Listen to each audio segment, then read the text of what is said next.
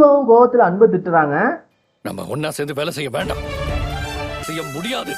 சத்தியமா யாரையும் ஏமாத்தணும்னு நினைக்கல ஜீவா. நிலையால நான் அதை மறைச்சேன். அம்மா போனதுக்கு காரணத்தை சொன்னாலும் அதை கண்டிப்பா நீ நண்பனா நினைச்சேன். இருக்கு அளவுக்கு நம்பி மதிச்சதுக்கும் இந்த மாதிரி நீ என் மேல நம்பிக்கை வச்சிருந்தா அதை நான் காப்பாத்தலதான். ஆனா என்னோட சூழ்நிலை அதனாலதான் உண்மையை சொல்லுங்கிறாங்க. துணையா இருந்ததுக்கும்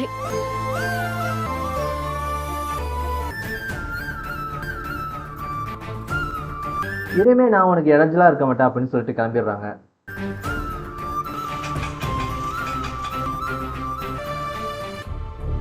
பேசுனதுக்காக பண்ணதெல்லாம் போதும், நீங்க நடிச்சதெல்லாம் போதும்.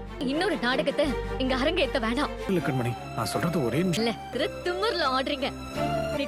என் வாழ்க்கையை அழிச்சதுக்கு அப்புறம் என்ன எவ்வளவு வேணா திட்டு, உன் வாழ்க்கையை நான் அழிக்கிறேன். ஆனா பாத்தீங்கன்னா கண்மணியும் அன்பு என்ன சொல்ல வராங்கிறத கேட்க மாட்டேங்கிறாங்க. நீ எது பேச வேணாங்கிறாங்க. சொல்லாத கண்மணி. கடைசியில எப்படி என் கழுத்தை அறுத்துட்டீங்க? உங்க பாட்டி கால்ல விழுந்து மன்னிப்பு கேட்டு ப்ளீஸ் அண்ணி, அவசரப்படாதீங்க. தலையிடாத. சாரியால இங்க எதுவுமே மாறாது. இவ எப்படி வாழ்க்கையில சாதிக்கலாம், இவ எப்படி நம்மளை விட முன்னிய விட உங்களுக்கு தான் அது அதிகமா இருக்கு. இப்ப உங்களுக்கு சந்தோஷம் இல்ல, புரிஞ்சுக்கிட்டு இருக்க கண்மணி. வாழ்க்கை மட்டும் இல்ல, ஒரு நல்ல ரெண்டுக்கு வர மாட்டேன், எங்கேயோ போறேன். இனிமே நான் எங்கேயோ போறேன், இனியும் என்ன தேடி வந்து பிரச்சனை பண்ணாதீங்க அப்படின்னு சொல்லிட்டு போறாங்க.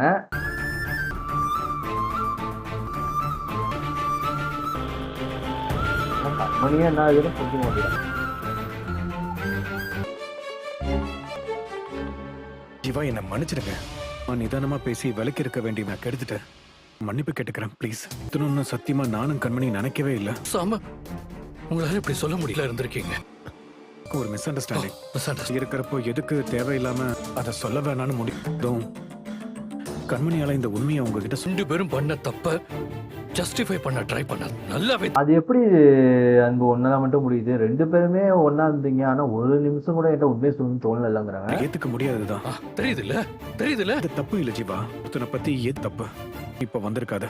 மாத்தி துரோகம் பண்ணணும்னு மனசார நினைக்கே வந்தேன். ஈடு கட்டும் நம்புறேன், கொடுத்துட்றேன். நான் பண்ண தப்புக்கு கண்மணி தயவு செஞ்சு தரணும். தப்புலாம் என் மேலதான், ஆனா கண்மணி மேல எந்த தப்பும் இல்ல. அவ இந்த வேலை சேர்த்துக்க அந்த மாதிரிலாம் சொல்றாங்க. கூட பரவாயில்ல, ஆனா கட்சியும் தான் முக்கியம். Sorry sir.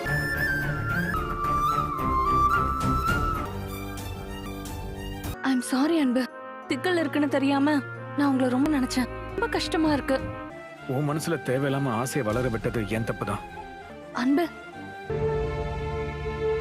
ஆனாலும் பாத்தீங்கன்னா இந்த அபர்ணாவால அன்பை மறக்கவே வைக்கல. எங்க போறீங்கிறாங்க, எங்க போறேன்னு எனக்கு தெரியலங்கிறாங்க.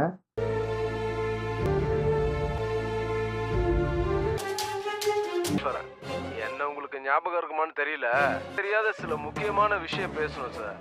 கொடுங்க சார். ஃபாலோ பண்ணிட்டே இருக்கான், நோட் வேற அனுப்பியிருக்கான். விக்னேஸ்வரன், கண்டிப்பா சந்திக்கலாம். எங்க மீட் பண்றதுன்னு நான் உனக்கு லொகேஷன் அனுப்புறேன். அவனுக்கு என்ன பிரச்சனை? இந்த வெண்ணிலா மூலியமா, அதாவது இந்த விக்னேஸ்வரன் மூலியமா வெண்ணிலா இதுக்கு அப்புறம் மாட்டாங்களா வெயிட் பண்ணி பார்ப்போம். எதுக்காக அவளை ஹோட்டலை விட்டு வெளியே அனுப்புன? நிலைமை என்னடா உன் நிலைமை? மாணவன்னு உனக்கு தெரியுமா? தெரியும். கல்யாணமானவன்னு தெரிஞ்சுதானே அவ மேல உனக்கு சுடுதேன்னு நெருப்பு மேல குறை சொன்னா என்னடா நினைச்ச? அவ கல்யாணம் ஆல்ரெடி தெரியும், அவளுக்கு பிரச்சனை இருக்கும். ஏதோ ஒரு சூழ்நிலையில மறைச்சிட்டா, அதுக்காக ஹோட்டல் விட்டு வெளியே அனுப்பியாங்கிறாங்க. நானும் நடக்கிறதுக்கு வாய்ப்பு இருக்குதானே? விஷயத்த மறைக்கணும். அவங்க அப்படி பண்ணிருக்க மாட்டேன். பேசினது ரொம்ப தப்பு. ஃப்ரண்ட் அவார்டு வாங்கி கொடுக்கற போராட்டத்துல அவ உயிரே போயிடுச்சுட்டான்னு உனக்கு இவ்ளோ கோவம் வருதே. மறைச்சான்னு விளக்க வந்தால ஒண்ணுமே இல்லாம இப்படி திருப்பி அனுப்பிட்டியே. பேச விடுங்க.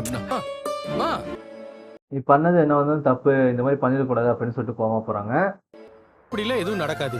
எனக்கும் கொஞ்சம் இந்த ஏரியாவுல பேர் இருக்கு. சரிம்மா, சொல்லிட்டீங்களா? உடனே முடியணும்.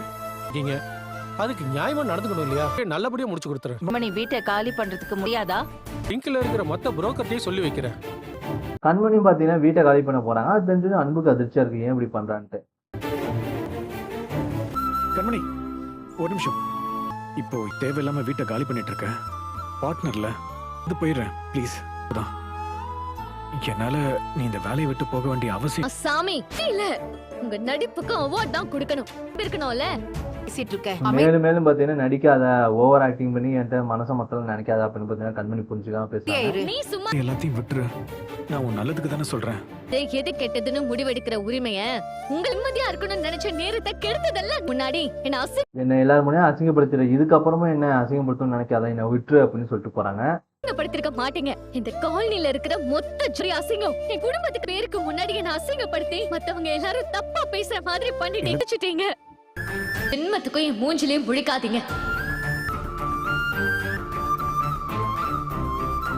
இதுக்கப்புறம் என்ன பிரச்சனை வருது, இதுக்கப்புறம் அன்பு கண்மணி சேருவாங்களா என்ன வெயிட் பண்ணுவோம். லைக் பண்ணுங்க, ஷேர் பண்ணுங்க.